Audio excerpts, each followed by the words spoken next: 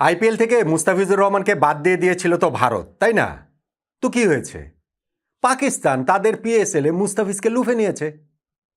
পাকিস্তানের প্রধানমন্ত্রী শাহবাজ শরীফ তার ক্যাবিনেট মিটিংয়ে জানিয়েছেন যে বাংলাদেশের জন্যই টি-20 বিশ্বকাপে ভারতের বিপক্ষে ম্যাচ তারা বয়কটের সিদ্ধান্ত নিয়েছে। সেইটার জবাব দিতে গিয়ে গদগদ হয়ে আমাদের যুব ক্রীড়া মন্ত্রণালয়ের উপদেষ্টা ডক্টর আসিফ নজরুল, ধন্যবাদ পাকিস্তান, নিজের ফেসবুকে এই লেখাটাও লিখে দিয়েছেন। পাকিস্তানের ক্যাপ্টেন অফিসিয়াল প্রেস কনফারেন্সে সালমান আলী আগা তিনি জানাচ্ছেন যে বাংলাদেশিরা আমাদের ভাই, পাকিস্তানের পাশে যে তারা রয়েছে এই জন্য আমরা ভীষণ কৃতজ্ঞ। এই সব কিছু কিসের ইঙ্গিত দিচ্ছে? এই যে দুদিন আগে পাকিস্তানের প্রতিরক্ষামন্ত্রী যে বললেন আইসিসির বাইরে গিয়ে এরকম নতুন একটা বৈশ্বিক ক্রিকেট সংস্থা প্রয়োজন, সেরকম কিছুর ইঙ্গিত দিচ্ছে। বাংলাদেশ পাকিস্তান ক্রিকেটের নতুন জোট, নতুন আইসিসি, নতুনভাবে আমরা ক্রিকেটটাকে কি দেখতে যাচ্ছি কিনা। দেখেন, মুস্তাফিজের ইস্যুটা আমি আগে একটু ক্লিয়ার করি। পিএসএল-এ এইবারই প্রথমবারের মতো নিলাম সিস্টেমে হচ্ছে। সেই নিলামের আগে ডিরেক্ট সাইনিংয়ের ব্যাপার রয়েছে। তাতে লাহোর কালান্দার্স তারা মুস্তাফিজুর রহমানকে দলে ভিড়িয়েছে 6,44,00,000 পাকিস্তানি রুপিতে। এখন অনেকে ওই যে কম্পেয়ার করছেন যে না, ভারতে তো আসলে নিয়েছিল মুস্তাফিজকে কলকাতা নাইট রাইডার্স 9,20,00,000 ভারতীয় রুপি, তো সেটা থেকে তো আর খুব কম না, 3 ভাগের 2 ভাগ না হয়ে আমরা ধরলাম যে পাকিস্তানও তো 6,44,00,000 পাকিস্তানি রুপি দিয়ে নিয়েছেন। না, বিষয়টা ওই রকম না, বিষয়টা তো কাছাকাছি না। ভারতীয় রুপির মান আবার পাকিস্তানের রুপির মানের মধ্যে বিশাল পার্থক্য রয়েছে। ধরেন আমি জিনিসটাকে যদি টাকায় কনভার্ট করে বলি, তাহলে কলকাতা নাইট রাইডার্স মুস্তাফিজুর রহমানকে নিয়েছিল 9,20,00,000 ভারতীয় রুপি, বাংলাদেশি মুদ্রায় 12,40,00,000 টাকার মতো, 12.5 কোটি টাকা ধরেন। আর এই পিএসএল এর দল লাহোর কালান্দার যে মুস্তাফিজকে দলে ভেড়ালো 6,44,00,000 পাকিস্তানি রুপি দিয়ে, এটা বাংলাদেশি মুদ্রায় মান 2,80,00,000 টাকা। আইপিএলে খেলে মুস্তাফিজ পেতেন 12.5 কোটি টাকা, আর পিএসএল এ খেলে মুস্তাফিজ পাচ্ছেন 3.25 কোটি টাকা। পার্থক্যটা তো বুঝতে পারছেন। এখন সেইটা না হয় পার্থক্যের জায়গাটা থাকলো, এটা তো আর পিএসএল এর মান তো আর আইপিএল এর মানের নয়, বিষয়টা সেইখানটাতে নয়। কিন্তু আমাদের এইখানে যে গদগদ অবস্থা আমরা দেখতে পাচ্ছি, পাকিস্তান এবং বাংলাদেশের নতুন যে মিত্র শক্তি দেখতে পাচ্ছি, নতুন যে অক্ষর শক্তি দেখতে পাচ্ছি, সেই জায়গাটাতে আবার মনে হচ্ছে যে রাজনীতি সবকিছু ডমিনেট করছে। যদিও পাকিস্তানের প্রধানমন্ত্রী বলেছেন যে স্পোর্টসের মধ্যে কোনো রাজনীতি থাকার উচিত না, কিন্তু আমি দেখতে পাচ্ছি যে এই পুরো ইস্যুটাতে 0% ক্রিকেট, 100% রাজনীতি চলছে। এবং সেই রাজনীতি অলরেডি আমাদেরকে একটা টি-20 বিশ্বকাপ খেলা থেকে বঞ্চিত করেছে। আর পাকিস্তানের সঙ্গে যদি আমরা সেই জোট বাঁধি, তাহলে যে আমাদেরকে আরো কত দূর নিয়ে যাবে এই জিনিসটা, সেই আশঙ্কার জায়গাটা কিন্তু প্রবলভাবেই থেকে যাচ্ছে। আজকে একটা প্রেস মিট হয়েছে, আইসিসি টি-20 ওয়ার্ল্ড কাপে অংশগ্রহণকারী যে 20টা দল রয়েছে, সেই 20টা দলের সব ক্যাপ্টেনদের সহ একটা ছবি আমি নট অন্য মানে পেজটাতেও আমি দিয়েছি, ফেসবুক পেজে। সেইখানটা তো অনেকে যে কমেন্ট করেছেন, তাতে মনে হয়েছে মানে আমি ছবিটার ক্যাপশন দিয়েছি যে এখানে লিটন দাসও থাকতে পারতেন। এই আফসোস করবো না, এই হাহাকার আমাদের থাকবে না যে একটা টি-20 বিশ্বকাপ আমরা খেললাম না। একজন ক্রীড়াপ্রেমী হিসেবে সেই হাহাকার কার মধ্যে না থাকবে আমাকে একটু বলেন তো দেখি। ওইসব ফালতু কথা ভাই বললেন না তো, দেশ আগে নাকি স্পোর্টস আগে, বাংলাদেশ আগে নাকি ক্রিকেট আগে, এইসব কথাবার্তা যারা বলেন তাদের উদ্দেশ্যই সন্দেহজনক। তারাই হচ্ছে গিয়ে বিশেষ একটা গোষ্ঠীর পারপাস সার্ভ করার জন্য এগুলো করছেন। তাদের জন্যই এই আমাদের সরকার, পাকিস্তানের সরকার এই রাজনৈতিক খেলাটা ভারত সরকার অবশ্যই শুরু করেছে মুস্তাফিজকে বাদ দেয়, ওইটা নিয়ে কোনো ডাউট নাই। কিন্তু এর পরবর্তী সময় যেটা হচ্ছে, আমাদের 12ই ফেব্রুয়ারি যে ন্যাশনাল ইলেকশন, সেইটাকে সামনে রেখে নির্দিষ্ট একটা গোষ্ঠীর পারপাস সার্ভ করার মতো অনেকেই দেখছি আমি। বাংলাদেশে ওই ক্যাপ্টেন্স ফটোটাতে লিটন দাস থাকতে পারতো, বাংলাদেশের ক্যাপ্টেন। এইখানে আপনারা কেউ যেসব কমেন্টস লিখেছেন, তাতে করেই ভাই আসলে স্পষ্ট হয়ে যায় ক্রিকেটটা আপনাদের কোনো অগ্রাধিকারে নাই, দেশপ্রেমটাও আপনাদের অগ্রাধিকারে নাই। আপনারা ক্রিকেটও ভালোবাসেন না, আপনারা দেশপ্রেমও ভালোবাসেন না। যারা ওই মনোভাবের, তারা ক্রিকেটটাকেও শেষ করতে চান, তারা দেশটাকেও শেষ করতে চান। 12 ফেব্রুয়ারি হওয়ার পরে করেন, এখনও তো হয় নাই। নির্বাচনটা হোক, তারপরে করেন। তার আগ পর্যন্ত অন্ততপক্ষে আমাদের ক্রিকেট বোর্ড কোনো কিছু ওইরকম করেন না। ওই যে ওইখানটাতে যেখানে ধরেন ভারতের ক্যাপ্টেন সূর্য কুমার যাদবকে জিজ্ঞেস করা হয়েছে যে পাকিস্তানের সঙ্গে ম্যাচটা যাবে না, সূর্য বলেছেন যে আমাদের ফিক্সার দেওয়া হয়েছে এবং আমরা সেই অনুযায়ী যাব খেলতে, শ্রীলঙ্কাতে যাব, কলম্বোতে যাব, মাঠে উপস্থিত থাকবো, আমাদের প্রিপারেশন ওইরকমই থাকবে। অ্যান্ড ডিসিশন তো আমাদের সাইড থেকে আসে নাই, এসেছে অন্য সাইড থেকে। তারা যদি না খেলতে আসে সেটা তাদের ডিসিশন, কিন্তু আমরা আমাদের সেই প্রস্তুতি জায়গাটা পুরোপুরি রাখবো। পাকিস্তানের ক্যাপ্টেন সালমান আলী আগা তিনিও ওইটাকে বলেছেন যে না, এটা তো আসলে ক্রিকেটারদের ডিসিশন না, কিন্তু সেইখানটাতেই তিনি যে পাকিস্তানিরা যে তারা তাদের পাশে বাংলাদেশ থাকার কারণে তিনি কৃতজ্ঞতা জানাচ্ছেন এবং বাংলাদেশিরা যে তাদের ভাই সেই জিনিসটাও জানিয়ে দিচ্ছেন। আমাদের সোশ্যাল মিডিয়াতে কী সব কর্মকাণ্ড হয়, আমাদের মেইন স্ট্রিম মিডিয়াতেও কী সব কর্মকাণ্ড হয়, আমাদের রাজনৈতিক যেই মতবাদ কোন দিকে যে যাচ্ছে সেই খবর পাকিস্তান ক্রিকেট টিমের ক্যাপ্টেনের কান পর্যন্ত চলে গেছে, পৌঁছে গিয়েছে। ফলে তিনি ওরকম কথা খুব সহজেই বলতে পারেন যে পাকিস্তানিদের পাশে বাংলাদেশ রয়েছে বলে তারা আমাদের প্রতি ভীষণ কৃতজ্ঞ, আমরা যে তাদের ভাই সেই কথাটা তারা বলছেন। এখন পাকিস্তানের এই জায়গাটা থেকে আমরা কি নতুন আইসিসি তৈরি করব? পাকিস্তান যদি বেরিয়ে যায় সেইখানটা থেকে আমরা পাকিস্তানের সঙ্গে সঙ্গত দিব যে না ঠিক আছে আমরাও আছি পাকিস্তানের সঙ্গে? এখন দেওয়াটা জরুরি এবং এরকম কোনো ঘোষণাও চলে আসতে পারে কিন্তু 12 ফেব্রুয়ারির আগে। আপনারা যদি সেরকম মনে করেন আপনারা ভুল ভাবছেন, আমার মনে হয় না এরকম কিছু হবে। পাকিস্তান জাস্ট হচ্ছে কি আমাদের নাচাচ্ছে, পাকিস্তান জাস্ট আমাদেরকে খেলাচ্ছে, আমাদের দেশটাকেও খেলাচ্ছে, আমাদের ক্রিকেটটাকেও খেলাচ্ছে। 12 ফেব্রুয়ারি নির্বাচনের তারা যাদেরকে পৃষ্ঠপোষক করে ক্ষমতায় আনতে চায় তারা যদি ক্ষমতায় আসে তাহলে তো হয়ে গেল, তাদের উদ্দেশ্য সফল। আর যদি সেটা না পারে, সুরসুর করে দেখবেন 15 তারিখের ম্যাচটা পাকিস্তান খেলছে ভারতের সঙ্গে, বাংলাদেশের কি হলো না হলো তাতে তাদের কিচ্ছু যায় আসে না। এই যে একটা ওয়ার্ল্ড কাপ বাংলাদেশ খেললো না, তাতেই বা পাকিস্তানের কি যায় আসে? ওই যে মিষ্টি মিষ্টি কয়েকটা কথা বলবেন, সেই মিষ্টি মিষ্টি কথা বাংলাদেশের পাশে থাকার জন্য না, সেই মিষ্টি মিষ্টি কথা ভারতকে খোঁচা দেওয়ার জন্য, ভারতের বিরোধী হওয়ার জন্য, ভারতকে প্রশ্নবিদ্ধ করার জন্য। কিন্তু এন্ড অফ দ্য ডে যে আমার আন্ডারস্ট্যান্ডিং যেটা সেটা হচ্ছে গিয়ে খেলাটা হচ্ছে পুরো রাজনীতির খেলা। প্রথম থেকেই সেটা রাজনীতির খেলা ছিল।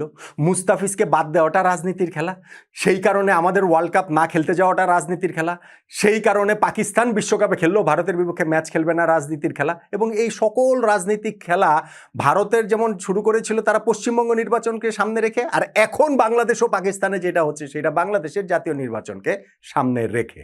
আমাদের ক্রিকেটটাকে কোনো মতে দম বন্ধ করে এই পর্যন্ত টিকে থাকতে হবে, আমার আন্ডারস্ট্যান্ডিং সেটা। অনেকে আমার সঙ্গে একমত হবেন না, হবেন না, কোনো অসুবিধা নেই, কিন্তু আমি কথা বলছি শেষ পর্যন্ত গিয়ে সেইটা দেশের পক্ষে বলছি, ক্রিকেটের পক্ষে বলছি, এবং যত সময় যাবে আপনারা সেটা তত আরও ভালোভাবে বুঝতে পারবেন। এই যে ধন্যবাদ পাকিস্তান আর বাংলাদেশিরা আমাদের ভাই, এগুলার সকল সূত্র যে শেষ পর্যন্ত গিয়ে 12 ফেব্রুয়ারির নির্বাচন ঘিরে সময়ে সেটাও বোধহয় স্পষ্ট থেকে আরও স্পষ্টতর হয়ে উঠবে। বাংলাদেশ ক্রিকেটটাকে বলির পাঠা করে এইখানটাতে রাজনৈতিক স্বার্থ সিদ্ধি করার চেষ্টাটা সব জায়গা থেকে, সব পক্ষ থেকে, সব দেশের জায়গা থেকে সংশ্লিষ্ট হচ্ছে বলেই আমার আন্ডারস্ট্যান্ডিং। খুব খুব খুব কম সংখ্যক মানুষই এখন আমার সঙ্গে একমত হবেন, কিংবা বেশি সংখ্যক মানুষের সেই উল্লাসটা সোশ্যাল মিডিয়াতে দেখা যাবে যারা বিরোধী পক্ষ। কিন্তু আমি একই সঙ্গে জানি একেবারে হৃদয়ের গহীন থেকে এইটা বিশ্বাস করার মানুষের সংখ্যাও খুব কম নেই যারা সত্যি সত্যি বিশ্বাস করেন আমাদের ক্রিকেটটাকে এইখানটায় বলির পাঠা করা হলো দেশের রাজনৈতিক স্বার্থ হাসিলের জন্য। একটা নির্দিষ্ট গোষ্ঠী সেটা করেছে, একটা নির্দিষ্ট গোষ্ঠী সেটা করছে। 12 ফেব্রুয়ারি পর্যন্ত ভাই আপনারা আর কিছু করেন না, অনেক করেছেন। 12 ফেব্রুয়ারি পর্যন্ত অন্ততপক্ষে ক্রিকেটটাকে একটুখানি রেহাই দেন, একটুখানি। বাংলাদেশ ক্রিকেট সংশ্লিষ্ট সবারই এখন ব্যস্ত থাকার কথা ছিল বিশ্বকাপ নিয়ে, অথচ এখন আমাদের ব্যস্ততা অদম্য কাপ নিয়ে। বিশ্বকাপে এরই মধ্যে বাংলাদেশের চলে যাওয়ার কথা ছিল, প্র্যাকটিস ম্যাচ খেলার কথা ছিল, গ্রুপ পর্ব থেকে আমরা সুপার 8-এ উঠতে পারবো কিনা সেই বিশ্লেষণের কথা ছিল, আমাদের ন্যাশনাল টিমের 15 ক্রিকেটারদের মধ্যে কাদের প্রস্তুতি ভালো হলো কাদের প্রস্তুতি ভালো হলো না সেইটা নিয়ে আলোচনার হওয়ার কথা ছিল। কিন্তু কোনো কথাই তো আর শেষ পর্যন্ত থাকলো না, কেননা নানান পরিস্থিতির কারণে বাংলাদেশ এই বিশ্বকাপটা খেলেনি। আমরা এখন অদম্য কাপ খেলছি। এটা বাস্তবতা তো স্বীকার করে নিতেই হবে, মেনে নিতেই হবে। বিশ্বকাপ খেলছে না এই সময়টাতে বলা ঠিক না, কেননা বিশ্বকাপ হবে 1 মাস জুড়ে, 7 তারিখে শুরু হয়ে মার্চের 8 তারিখে শেষ হবে।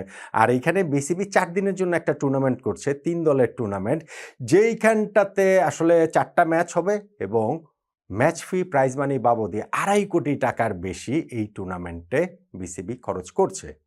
আমাদের ক্রিকেটারদের একটুখানি সান্ত্বনা দেবার জন্য যে না ঠিক আছে, বিশ্বকাপে খেলতে গেলে যেই ম্যাচ ফি বা ওইখান থেকে যে টাকা পয়সা পেত কিছুটা এখানে কাভার করেছে, কিন্তু বিশ্বকাপ খেলা কি শুধুমাত্র টাকা পয়সার হিসাব? না। একটা বিশ্বকাপ একজন ক্রিকেটারের জন্য যে কত বড় প্রাইডের জায়গা আমি নিশ্চিত আমাদের ক্রিকেট সংশ্লিষ্ট সবাই বোঝেন, কিন্তু আমি নিশ্চিত না যে সেই বিশ্বকাপ খেলাটা আমরা আসলে কিভাবে খেললাম না, আমরা কিভাবে সেইটা নিজেরাই আসলে না খেলার মতো একটা জায়গাতে চলে গেলাম। যাই হোক, এই ভিডিওর আলোচনার বিষয়বস্তু এটা নয়, তো অনেক আলোচনা করেছি, আরও অনেক আলোচনা হবে, কেননা ওই আফসোস আসলে যাবার নয় যে বাংলাদেশ একটা বিশ্বকাপ খেলেনি। কিন্তু এই যে অদম্য বাংলাদেশ টি-20 কাপের নামে যে টুর্নামেন্টটা হচ্ছে, সেই টুর্নামেন্টের আসলে দলগুলো কেমন হয়েছে, কোন দলের কি অবস্থা, আপনি যদি বলেন যে শিরোপা জয়ের জন্য, কিংবা এখানটাতে খুব ইন্টারেস্টিং একটা জিনিস রয়েছে, ইম্প্যাক্ট প্লেয়ার রুল। আসলে ইম্প্যাক্ট প্লেয়ার রুল না, আমি একেবারে এটা হচ্ছে কি, এটা নিয়ে একটু ঝামেলা রয়েছে যে সুপার সাব একটা নিয়ম তারা ইন্ট্রোডিউস করেছে আমাদের ক্রিকেট বোর্ড। এই সুপার সাবটা আসলে কিভাবে ওয়ার্কআউট করবে, আইপিএলে যেভাবে ওয়ার্কআউট করছে সেইভাবে করবে, নাকি পুরোনো আমলের সুপার সাবের মতো, না আসলে এটা কিভাবে কাজ করবে, সেইটা নিয়ে আমি বেশ কিছু জায়গায় খোঁজ খবর করে ফাইনালে গিয়ে প্লেয়িং কন্ডিশনটা দেখেই এটা নিয়ে আপনাদের সঙ্গে একটু আলোচনা করব। কেননা এখন এই টুর্নামেন্টের 4টা ম্যাচের দিকে তো আমাদেরকে আসলে তাকিয়ে থাকতেই হবে। আমরা ওই ইন্টারেস্টটা নিয়েই আমরা ঠিক আছে ওয়ার্ল্ড কাপ খেলিনি, বিশ্বকাপ খেলিনি, অদম্য কাপ খেলছি আর কি, সেভাবে বিষয়টাকে আমরা দেখতে চাই। টুর্নামেন্ট 3টা দলের। নাম্বার 1 ধূমকেতু একাদশ, যেটাকে বলতে পারেন জাতীয় দল। নাম্বার 2 দুর্বার একাদশ, যেটাকে বলতে পারেন বাংলাদেশ এ দল। এবং নাম্বার 3 দুরন্ত একাদশ, যেটাকে বলতে পারেন এইচপি স্কোয়াড। এভাবে বলা যেতে পারে আর কি মোটা দাগে, কেননা প্রতিটা দলে ধরেন হচ্ছে গিয়ে 13 জন করে ক্রিকেটার রয়েছেন, মানে coach, assistant coach, manager, support staff মিলিয়ে টিলে ওইটা সব মিলে 19-20 জনের একটা টিম। সো 13 জনের ক্রিকেটার মানে 3-13-39 জন ক্রিকেটার 3টা দলে। এখন আমি ধূমকেতু একাদশকে বলছি যে জাতীয় দল বলতে পারেন। কেন জাতীয় দল বলতে পারেন বলছি, কেননা এই 13 জনের মধ্যে বিশ্বকাপ স্কোয়াডে যে বাংলাদেশের 15 সদস্যের যে দলটা ছিল না, সেইখান থেকেই হচ্ছে গিয়ে 13 জন এই ধূমকেতু একাদশে আছেন। লিটন দাস বিশ্বকাপে আমাদের যিনি ক্যাপ্টেন, তিনিও এইখানটার এই স্কোয়াডটারই ক্যাপ্টেন। এবং ওই বিশ্বকাপ স্কোয়াডের সবাই শুধুমাত্র মোহাম্মদ সাইফুদ্দিন ও নুরুল হাসান সোহান, এই 2 জনকে বাদ দিয়ে বাকি 13 জনকে নিয়ে ধূমকেতু একাদশ গঠন হয়েছিল। পরবর্তীতে শেষ সময় অবশ্য তাসকিন আহমেদ খেলতে পারছেন না, তিনি তার অসুস্থতার কারণে, ওই যে সাইনাসের প্রবলেমের কারণে তিনি রেস্ট নিচ্ছেন, এই টুর্নামেন্টটা খেলছেন না। ফলে তার জায়গাটাতে এখানে মকিদুল ইসলাম মুগ্ধ, আরেক পেস বোলার, তাকে ইনক্লুড করা হয়েছে। তো ওইটা তো হচ্ছে কি আমাদের ন্যাশনাল টিম বলছে। আমাদের যে দুর্বার একাদশ, যেটার ক্যাপ্টেন নাজমুল হোসেন শান্ত, সেইটাকে আমি বলছি যে এ দলের মতো বাংলাদেশ। সেইখানটাতে হাবিবুর রহমান সোহান, আফিফ হোসেন, মাহমুদুল হাসান জয়, জাকের আলী অনেক, মেহেদী হাসান মিরাজ, নুরুল হাসান সোহান, তানভীর ইসলাম, আলিসাল ইসলাম, হাসান মাহমুদ, সাইফুদ্দিন, খালেদ আহমেদ, আলফাদ, তারা রয়েছেন। এবং ওই ধূমকেতু একাদশের কোচ যেমন মোহাম্মদ সালাউদ্দিন, সহকারী কোচ মোহাম্মদ আশরাফুল, ওই ন্যাশনাল টিমের মতো এই দুর্বার একাদশের কোচ মিজানুর রহমান, সহকারী কোচ তুষার ইমরান। আর দুরন্ত একাদশ যেটা বলছিলাম যে হাই পারফরমেন্স স্কোয়াড আর কি বলা যেতে পারে, এটা একটু প্রমিজিং যারা রয়েছেন তাদেরকে নিয়ে আসলে গঠিত দুরন্ত একাদশ। আকবর আলী যেটার ক্যাপ্টেন, এবং এখানটাতে রয়েছেন জিসান আলম, জাওয়াদ আবরার, মাহফিজুর রহমান রবিন, আরিফুল ইসলাম, মাহিদুল ইসলাম অঙ্কন, আজিজুল হাকিম তামিম, রিপন মন্ডল, আব্দুল গাফফার সাকলাইন, এসএম মেহরব হোসেন, রকিবুল হোসেন, নাহিদ রানা, ইকবাল হোসেন ইমন, এটা হান্নান সরকার প্রধান কোচ, এবং রাজিন সালে হচ্ছে গিয়ে সহকারী কোচ এই স্কোয়াডটাতে। এখন দেখেন এখানে নোটেবল কয়েকটা নাম নেই, এর মধ্যে একটা তো তাসকিনের কথা বললামই, এর বাইরে ধরে সৌম্য সরকার নেই, তিনি ব্যক্তিগত কারণে ছুটি নিয়েছেন। নাইম শেখ তিনিও আসলে ছুটি নিয়েছেন বিসিবির কাছ থেকে, তিনিও নেই। আর এর বাইরে গিয়ে আপনি এখন ধরেন আমি দেখছিলাম যে এনামুল হক বিজয়, তিনি কোথায় ফেসবুকে নিজের নাকি কোথায় জানি বলছিলেন যে আমি বিপিএলও আমাকে সুযোগ দেওয়া হয়নি, এখানেও কেন সুযোগ দেওয়া হলো না, এই তার আক্ষেপ আফসোসের জায়গা। কিন্তু আমার মনে হয় যে 39 জন প্লেয়ার 3টা গ্রুপে ভাগ করে যেভাবে নেওয়া হয়েছে, বিপিএলটা তিনি খেলেননি, তাকে এইখানটাতে এইরকম 39 জন 3টা গ্রুপের মধ্যে, 3টা দলের মধ্যে আমি আসলে বিজয়ের জায়গা সত্যিকার অর্থে দেখতে পাচ্ছি না।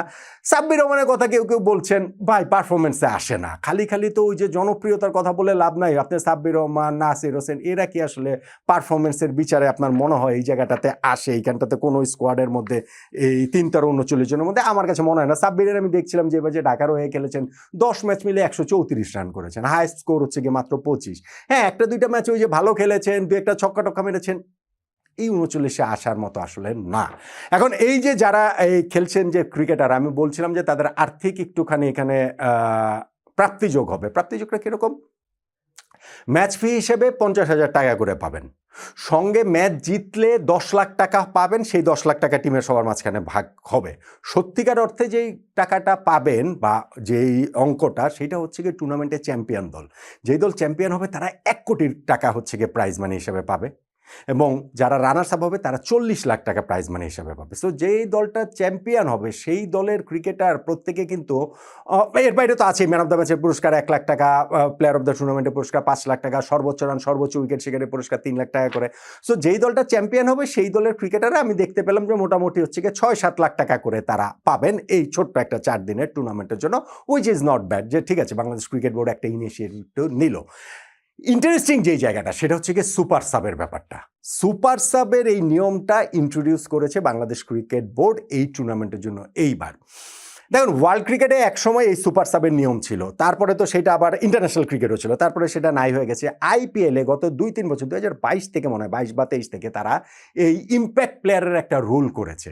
এখন আমাদের যে সুপার সাবের নিয়মটা সেটা কি ইম্প্যাক্ট প্লেয়ারের মতো? আমি কিছু খোঁজখবর করলাম, খোঁজখবর করে দেখলাম যে না, টিমগুলো ঠিক নিশ্চিত না তারা আসলে ঠিক কিভাবে এই রুলটা আসলে এক্সিকিউট হবে। তখন আমি এই প্লেইং কন্ডিশনটা নিলাম ক্রিকেট বোর্ডের কাছ থেকে, এবং সেই প্লেইং কন্ডিশনে যেটা দেখতে পাচ্ছি যে সুপার সাবের যে নিয়মটা, সেই নিয়মটা হচ্ছে কি, আমি আপনাদেরকে একটু সহজ করে যদি বলি তাহলে, ইম্প্যাক্ট প্লেয়ার আইপিএল এর ক্ষেত্রে কি হয়?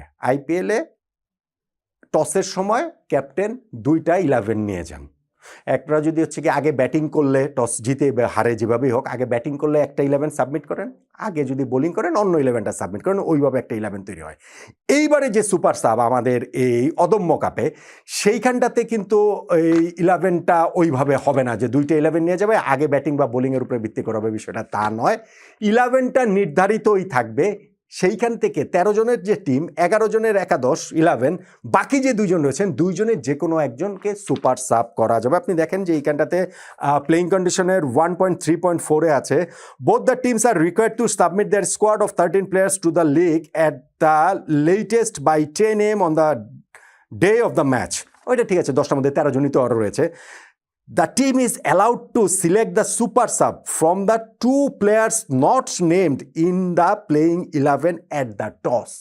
অর্থাৎ টসের সময় যেই 2 জন প্লেয়ার এইখানটাতে থাকবেন না 11-এ, তাদের মধ্যে থেকে সুপার সাবটা এরা নির্ধারিত করতে পারবে, মানে পিক করতে পারবে। সুপার সাবটা কীভাবে পিক করতে পারবে? আইপিএলের সঙ্গে কিন্তু এখানে নিয়মের পার্থক্য, এখানে কিন্তু 11 নিয়েই যেতে হবে, এমন না যে টসের পরে 11 দিতে পারবে। 11 নিয়ে যেতে পারবে, যেতে হবে, তারপরে বাকি 2 জনের মধ্যে একজনকে সুপার সাবটা করা হবে। আইপিএলে সুপার সাবের ওইখানটাতে হচ্ছে গিয়ে 5 জনের একটা লিস্ট থাকে, আমাদের এখানে তো 2 জনের লিস্ট, যেহেতু বাড়তি প্লেয়ার আসলে 2 জনই মাত্র রয়েছেন। এখন সুপার সাবটা ইন্ট্রোডিউস করা যাবে কোন সময়টাতে? দেখেন, এটা 1.3 প্লেইং কন্ডিশনের আছে। Super sub may be used in the following manner. The head coach shall nominate the super sub to the 4th umpire, and on-field umpire will signal the scorers wrist crossed above the head. এই সিগন্যালটা করবেন, মাথার উপরে এই wrist cross করবেন umpire, কারণ এটাকে head coach যে এটা 4th আম্পায়ারকে নোটিস করবে, তারপরে হচ্ছে গিয়ে এটা অনফিল্ড আম্পায়ার ওইরকম একটা সিগন্যাল দিবে যে না ঠিক আছে এবার সুপার সাবটা হচ্ছে। সুপার সাবটা কোন কোন সময়টা করা যাবে? সুপার সাবটা করা যাবে after the start of the match. ম্যাচের আগে তার সুপার সাব কেউ করবে, শুরুতে তো একটা 11ই দিবে, ওইখানে তার সুপার সাব করার কিছু নাই। নাম্বার 2 হচ্ছে গিয়ে after completion of an over, কোন একটা ওভার শেষ হওয়ার পরে, during a drinks break or strategic time out, plain and simple. এবং number 4, in case of a batter at the fall of a wicket or the batter retiring at any time during the over, মানে একটা batsman যখন out হবেন অথবা যদি তিনি retire করেন ওই সময়টাতে সুপার সাব করা যাবে। আর bowling team may also get a super sub during the fall of a wicket, but the super sub will not be permitted to bowl the remaining balls in that over if the wicket has fallen mid over. Mid ওভারের মধ্যে যদি এরকম এই ইয়েটা করে, super sub করে, তাহলে এই বোলিং টিমে ওই ওভারটা পূর্ণ করতে পারবেন না আর কি, মানে সুপার সাব সেটা করতে পারবেন না। এই কয়েকটা ক্ষেত্রে সুপার সাব নামানো যাবে। এখন ঘটনাটা কি হবে? ঘটনাটা হবে যে টসের সময় একটা 11 নিয়ে দলগুলো যাবে। আজকে যেমন প্রথম দিনে মানে এই যে ফার্স্ট দিনে 5 তারিখে যেমন প্রথম দিনেই যে খেলা রয়েছে লিটন দাসের ধূমকেতু একাদশের সঙ্গে, এই খেলাটা রয়েছে হচ্ছে গিয়ে দুর্দান্ত একাদশ, যেইটা দুর্বার একাদশ, যে দুরন্ত একাদশ, সরি, আকবর আলীর যে দলের তাদের খেলাটা রয়েছে। এখানে আকবর আলী এবং লিটন দাস তারা দুজন 11 নিয়ে যাবেন, দুইজন করে বাকি যে থাকবেন তারা সুপার সাব থাকবেন, এবং সেই সুপার সাবকে টসের পর যেটি হোক, আগে ব্যাটিং করুক বোলিং করুক, কোনো একটা সময় তারা ইন্ট্রোডিউস করতে পারবেন। সেটা দলের প্রয়োজন অনুযায়ী। সুপার সাবের দুইজনের একজন ব্যাটসম্যান একজন বোলার থাকাটাই স্বাভাবিক, সেই ক্ষেত্রে দলের প্রয়োজন অনুযায়ী তারা নামতে পারবেন। এবং যাকে উঠে নেওয়া হবে টিম থেকে, যার বদলে সুপার সাব, অবভিয়াসলি তিনি আর ম্যাচের বাকি সময়টাতে অংশগ্রহণ করতে পারবেন না। অবভিয়াসলি সুপার সাবে তো একজন ব্যাটসম্যান নেমে তো এটা 12 জন ব্যাটিং করতে পারবে, মানে 12 নাম্বার পর্যন্ত ব্যাটসম্যান হবে না, 10টা উইকেট পড়া পর্যন্তই আসলে হবে। বিষয়টা হচ্ছে গিয়ে এরকম, উইকেট তো আর ওইখানে 11টা উইকেট পড়বে না। এবং সেই সুপার সাব তিনি কিন্তু ওই নিজের ব্যাটিংটা যেমন আগের জন পুরোটা করে, হতে পারে যে একজন প্লেয়ার সে হয়তো ব্যাটিংয়ে সময় সে পুরোটাই ইনিংস খেললো, বোলিংয়ের সময় এসে সে হয়তো 4 ওভার করলো, তখন তার বদলে আরেকজন নেমেও কিন্তু বোলিংয়ের 4 ওভার তিনি পুরোটাই করতে পারবেন। সো ওই জায়গাটাতে কোনো বাধার জায়গা নাই। ফলে রোলটা পুরোপুরি কিন্তু আইপিএলে যে ইম্প্যাক্ট প্লেয়ার সেই রকম না, আমার কাছে মনে হয় যে সেইটা আছে, বরং আমাদের পুরনো আমলে যে সুপার সাবের নিয়মটা ছিল অনেকটা ওই ধাঁচের নিয়মটা করা হয়েছে।